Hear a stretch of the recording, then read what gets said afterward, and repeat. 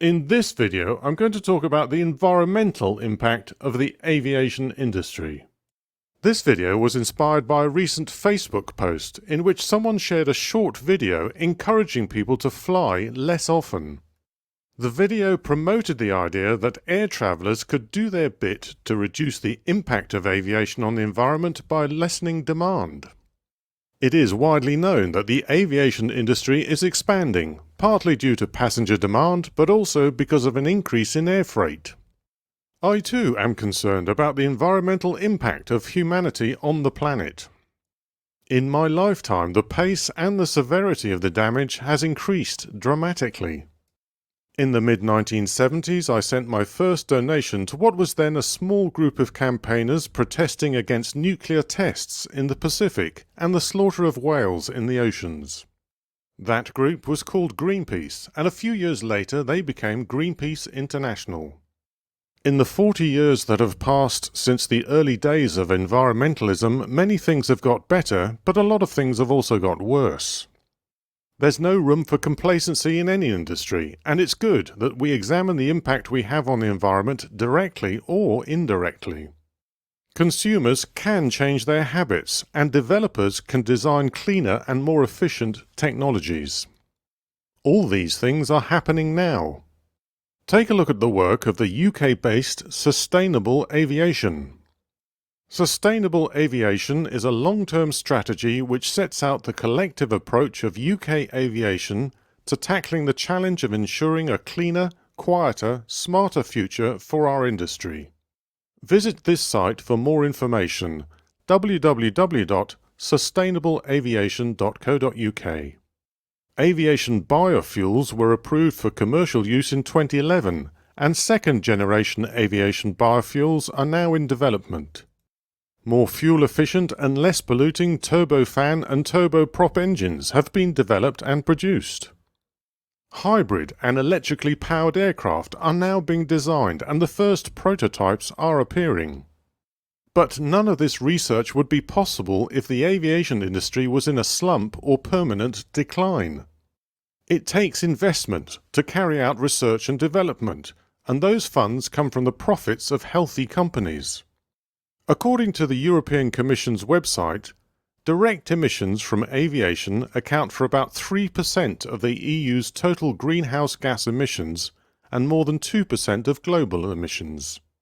Compare that to these figures from the International Maritime Organization's website. For the period 2007 to 2012, on average, shipping accounted for approximately 3.1% of annual global CO2 and approximately 2.8% of annual greenhouse gases. Of course, two wrongs don't make a right, and there's no sense in getting into the distraction of whataboutery. But how often do you hear about environmental campaigns to persuade people to stop buying cheap goods shipped to Europe from overseas? Or video pledges and petitions to persuade people to stop taking holidays on cruise ships? I wonder if these same campaigners have considered the impact of their own buying choices on the tonnage of goods that arrive by sea. Aviation is an easy target because it's more visible. Airports are obvious to us, and the aircraft that fly in our skies are a daily reminder of the industry. Shipping and its impact on the environment is much less apparent to the general public. Container ships cross the oceans constantly, bringing with them some goods that may be essential to us, but also tons of goods that will soon end up on landfill sites or worse, dumped in the very oceans that first transported them to us.